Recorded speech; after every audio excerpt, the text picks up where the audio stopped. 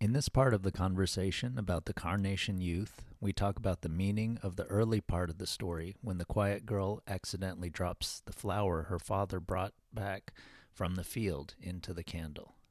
When you make an offering to the divine, um, it maybe you don't know what you're doing. You're not prepared, and you don't.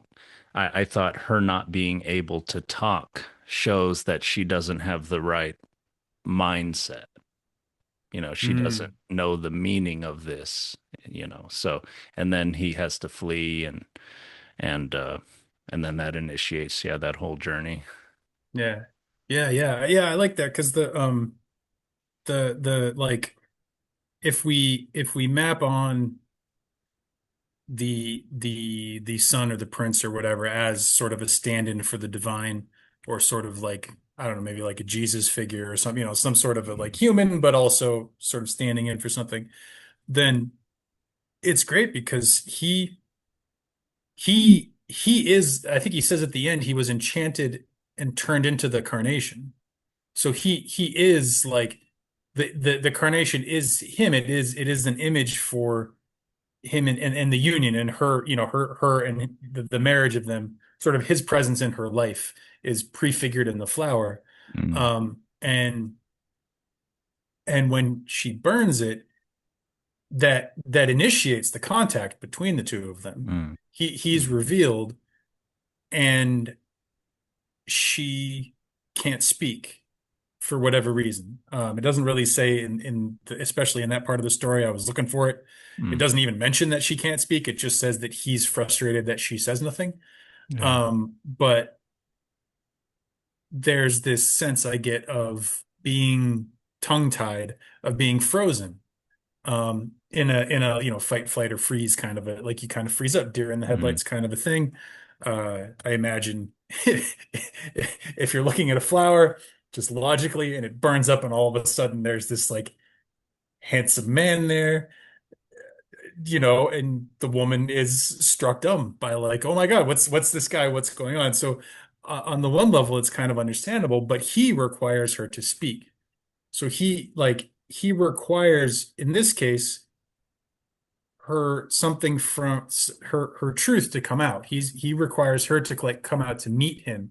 And I think the divine requires that of us too. We need to come out to meet, whatever it is, whatever model of the divine you're working with.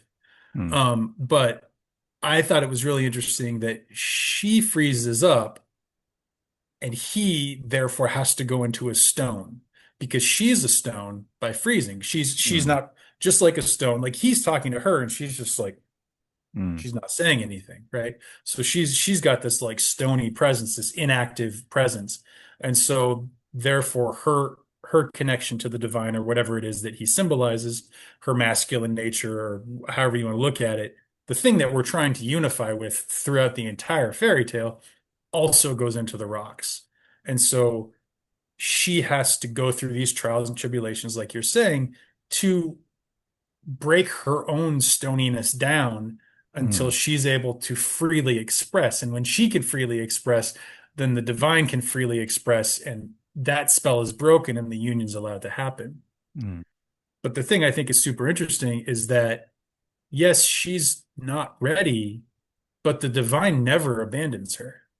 Like mm, even though it ends with the sort of like, thank God the husband didn't have to deal with the annoying crying wife bit, but the actions of the characters is like she sees him and he leaves. He has to go because she doesn't speak.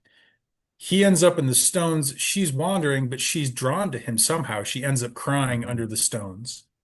Um, and then from then on, like every time she goes to cry, he's there. So he's like, if he is standing in for the divine, if we are looking at it that way, or some higher connection to something, he's always there for her when she's about to maybe speak.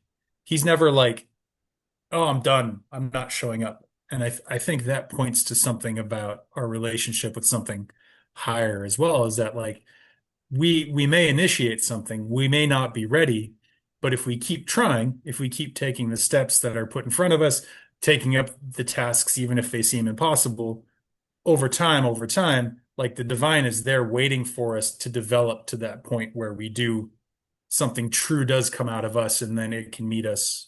It sort of is the same thing. Like as the truth comes out of us, that is the divine manifesting. Mm. So it's like she's both the stony woman who's frozen and she's the divine that's stuck in the rock. So when she's able to speak her truth, then the two of, that's the divine coming out of the stone that is her soul as well. Mm. That's pretty cool. I hadn't thought of that. Yeah. Yeah, that's good. Please like and subscribe for more of our open-minded content, and comment below on your thoughts or questions about the story. Let us know if you'd like us to cover another stimulating story, and thank you for participating.